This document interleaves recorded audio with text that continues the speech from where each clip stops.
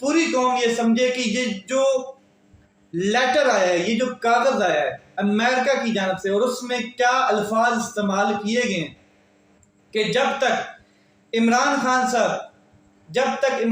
صاحب کے خلاف عدم اعتماد کامیاب نہیں ہوتی، تب تک پاکستان کے لیے سنگین نتائج کا سامنا کرنا پڑے گا۔ اور یہ سائفر میں عمران خان صاحب نے بتایا کہ انہوں نے انٹروین کیا ہے پاکستان کے اندرونی معاملات میں۔ انہوں نے ڈونلڈ لو جو انڈر سیکرٹری ہے، ایک ڈپلومیٹ ہے، اس نے اسد مجید جو ہمارا پاکستان کا ڈپلومیٹ ہے اس سے ملاقات کی اور اس کو ایک دھمکی آمیز خط، جس کو ہم سائفر کہتے ہیں، خط دیا اور کہا کہ آپ عمران خان صاحب کو اقتدار سے ریموو کریں۔ تو جو ہمارے ڈپلومیٹ ہیں اسد مجید، انہوں نے وہاں سے اس کو کوڈ کے ذریعے اس سائفر کی تمام جو گفتگو ہے وہ پاکستان وزارت خارجہ کو روانہ کر دی، سینڈ کر دی۔ یہ سائفر، اس کا ذکر Kamra air base chief of army staff کے سامنے بھی ہوا۔ شاہ محمود قریشی صاحب کو کہا گیا کہ آپ ڈیمارچ کریں، انہوں نے ڈیمارچ بھی کرایا۔ نیشنل سیکیورٹی کمیٹی کی ایک میٹنگ ہوئی عمران خان صاحب کے دور میں، جس کے اندر یہ طے کیا گیا کہ ڈیمارچ کیا جائے گا۔ انہوں نے ہمارے اندرونی معاملات میں مداخلت کرنے کی کوشش کی ہے۔ ڈیمارچ بھی ریکارڈ کرایا گیا اور نیشنل سیکیورٹی کمیٹی کا اعلامیہ بھی جاری کیا گیا، جو اس وقت کے جو بھی D G I S P R تھے انہوں نے اعلامیہ جاری کیا، اور اس میں پوری قوم کو اعتماد میں لیتے ہوئے بتایا کہ جی انہوں نے جو ڈونلڈ لو ہے یا جو سائفر آیا ہے اس کی حقیقت ہے اور حقیقت میں مداخلت کی گئی ہے اور دھمکی آمیز گفتگو کی گئی۔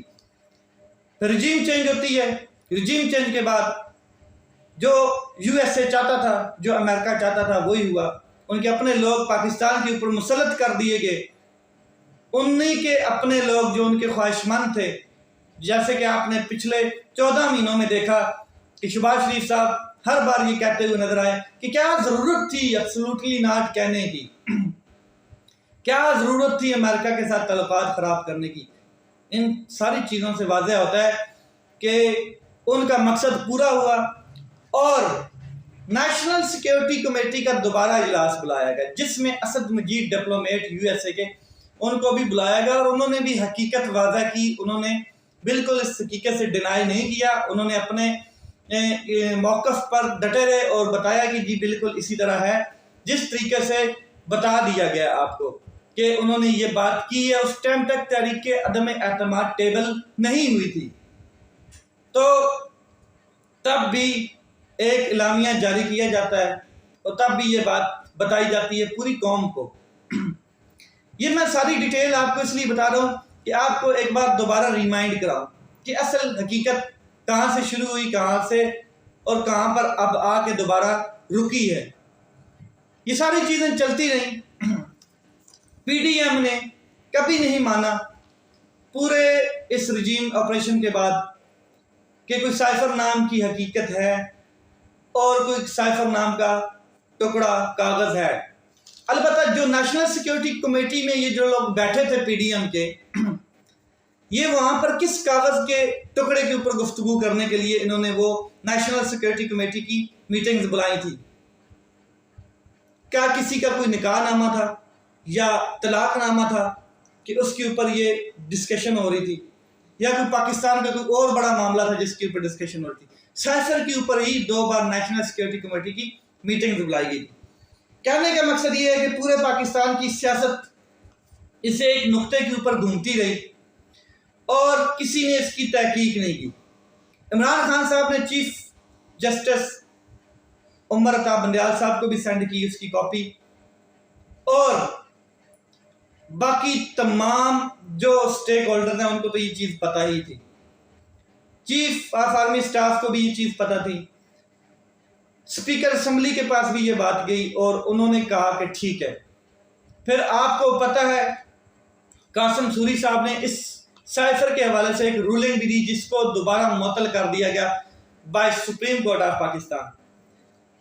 یہ ساری چیزیں آپ کے سامنے ہوئی، رجیم چینج آپریشن پورا پلانٹ ہوا، اور اپنے حتمی مراحل تک پہنچا، پھر آخری مراحل تک پہنچا، پھر اب وہ رجیم چینج حکومت بھی گھر چلی گئی ہے، مگر دی انٹرسیپٹ اس کو پراپرلی ایکسپوز کر رہا ہے، دی سٹوری کو اٹھایا اس نے اور چھاپ دیا ہے اور حقیقت بیان کی ہے دی انٹرسیپٹ نے۔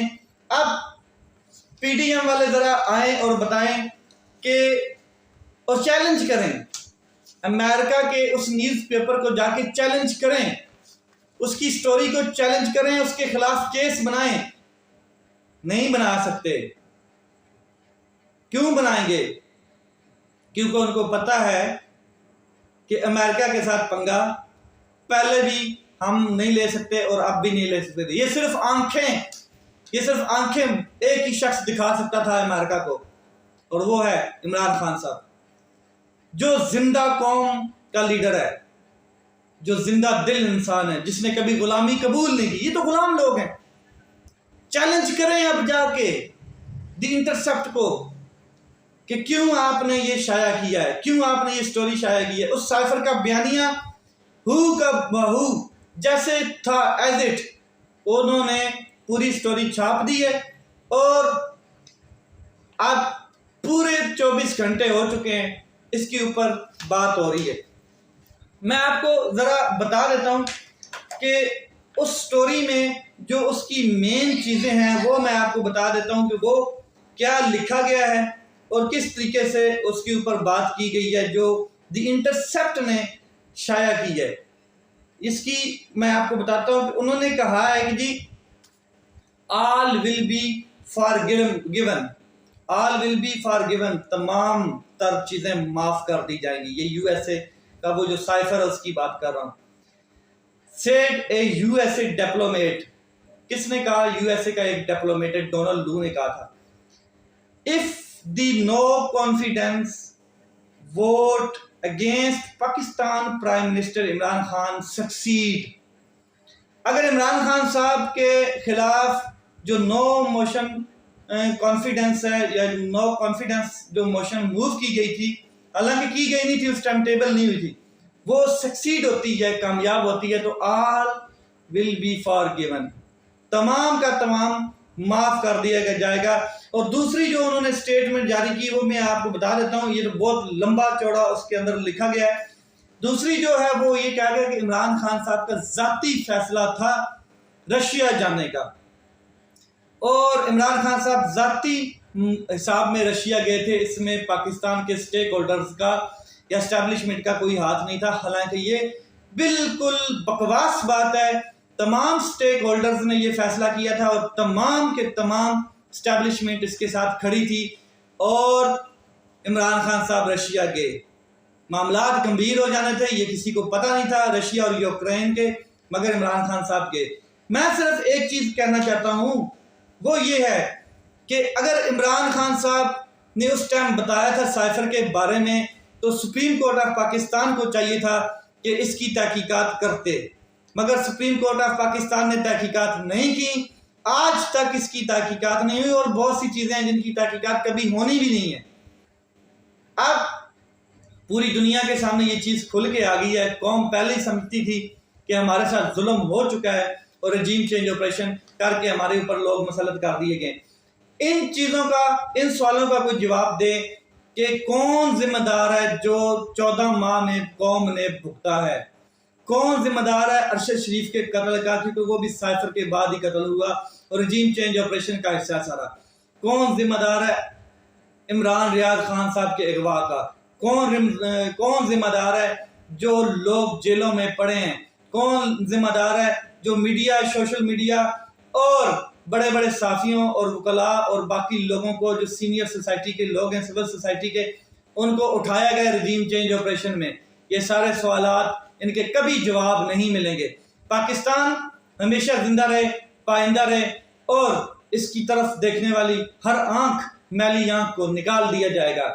ہم اپنی پاکستانی فوج کے ساتھ بھی کھڑے ہیں، اداروں کے ساتھ بھی کھڑے ہیں اور پاکستانی حکومتوں کے ساتھ بھی کھڑے ہیں، مگر جو سازشیں کی گئیں اور جو یہ رجیم چینج آپریشن کیا گیا، یہ قوم پوری طرح سے جانتی ہے اور اس کا جواب پوری قوم الیکشن میں دے گی۔ الیکشن آنے والا ہے، اب لیٹس سی کیا ہوتا ہے الیکشن میں۔ یہ آپ کے ہاتھ میں، قوم کے ہاتھ میں، آپ نے بھرپور طریقے سے رجیم چینج کا جواب دینا ہے۔ اور وہ جو شہید ارشد شریف ہیں اور جن کو اغوا کیا گیا عمران ریاض خان صاحب، ان کے لیے آواز اور ان کا جو حق ہے وہ آپ نے ووٹ کے ذریعے ادا کرنا ہے۔ اپنا خیال رکھیں، اپنے بھائی کے اس چینل کا خیال رکھیں۔ پاکستان زندہ باد۔